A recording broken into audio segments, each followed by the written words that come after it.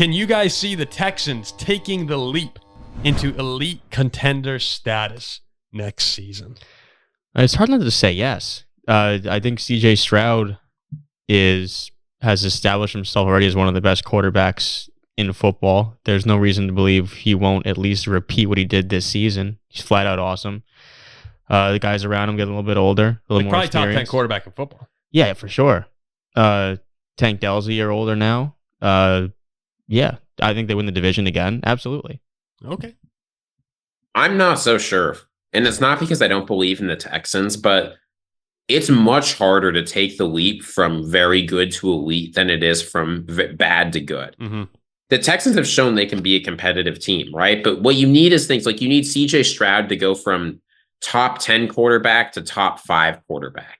And that means dethroning like Herbert or Burrow or Allen or Mahomes or Jackson. Like he has to be better than one of those guys.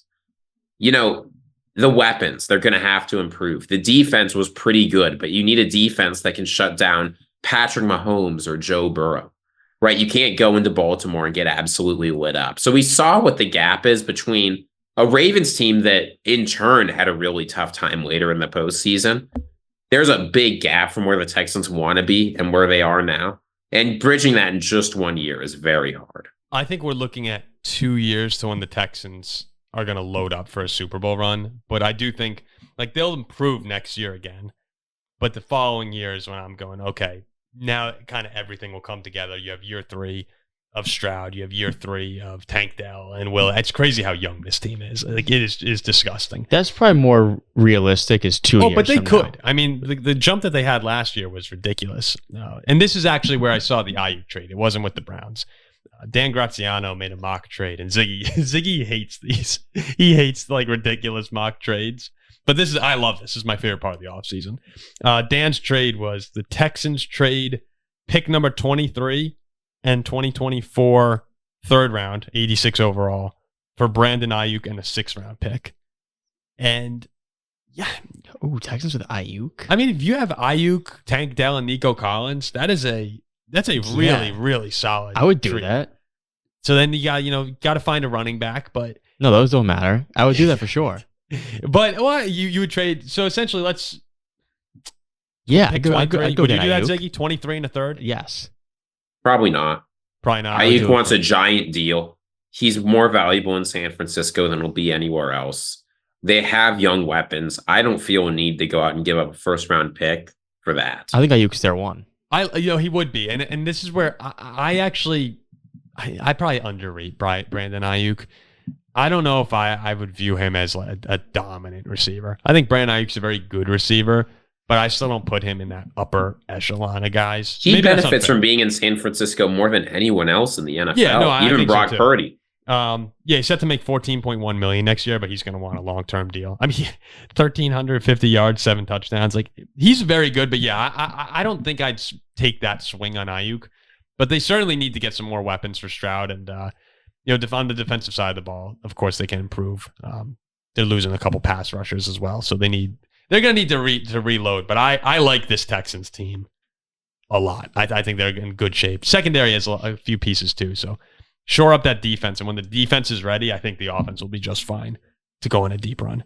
Okay, Kyle Lowney, 9217 says, will we ever see Ziggy in studio with you guys? That's a question for That's Ziggy. up to Ziggy. We would love to. We're here. We'd love to. I'll be coming up soon enough.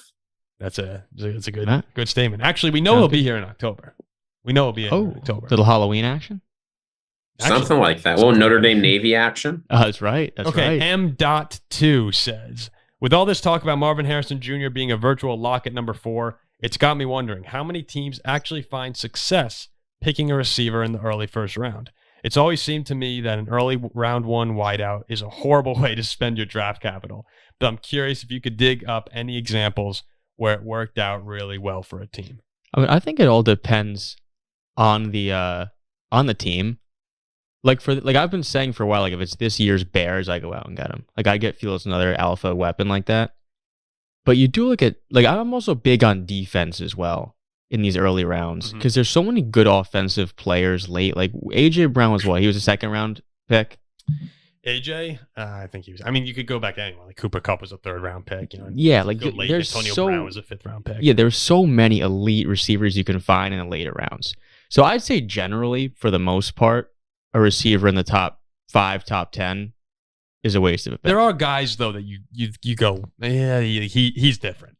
Marvin Harrison Jr. No, I think this year with him is different. Mhm. But 90% of the time, I'd say it's a waste of a pick in the top 10. Ziggy, I know you did like a big dive on this. So before you Yeah, do that, so- if it's okay, before you do that, I just wanted to read out a couple of the guys who have been in this situation before we dive into yours. Sure, yeah, take a look.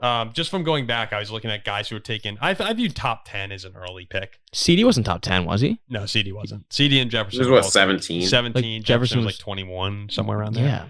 Yeah. But here, just going back, 2022, you had Drake London at 8, Garrett Wilson 10, Olave 11. Okay. Jamar Chase 5, Waddle 6, Devontae Smith 10, 2021. Then you have years like 2017, Corey Davis 5, Mike Williams 7, John Ross 9. Cooper Kupp went in the 3rd round of that year. So like you can see a lot of times, it's just like anything with the draft. It's a little bit of hit or miss. 2011, AJ Green and Julio Jones went 4 and 6. Year before, or 2 years before that, Darius Hayward-Bay went 7, Michael Crabtree went 10. So there are definitely situations where if you could tell me, hey, you're getting AJ Green or Julio Jones or Mike Evans, one of these guys who win the top 10, of course you're signing up for that. And it's not even comparable or close. So I'm fine with taking receivers early. Yeah, I mean, I think people, like you read off those lists and people are going to say a lot of those guys are busts. But I think people don't understand how often early NFL draft picks don't work out. In the first round, if a player's taken the first round, they are more likely to not start a single game on their rookie contract than they are to make a Pro Bowl over the course of their rookie contract. So a lot of these picks just don't work out. At the top of the NFL draft, actually, I was surprised to see this among wide receivers. You have a really good chance, relatively speaking, better than any other offensive position of hitting a stud if you take a wide receiver in the top 10. Right? About 25 to 30% of wide receivers taken in the top 10 of the NFL draft end up 90th percentile or better at their position. That's better than any other in the NFL. And the average percentile performance of wide receivers in the top 10 is like 70th. Mm-hmm. Now, you can still find value in later rounds, but you are more likely to get a really good player of that receiver. And we've seen, it's not like, a tight end can have a really elite performance. Like I think Kyle Pitts' his rookie season, and it didn't matter a whole lot, all things considered. When you hit on that wide receiver and get something like Jamar Chase or Justin Jefferson, immediate difference maker right away. Mm-hmm. Yeah, I'm all for it. The receivers early. So yeah, it makes sense. It's not a bad pick, and you're picking a position that's extremely expensive to get any other way. Mm-hmm.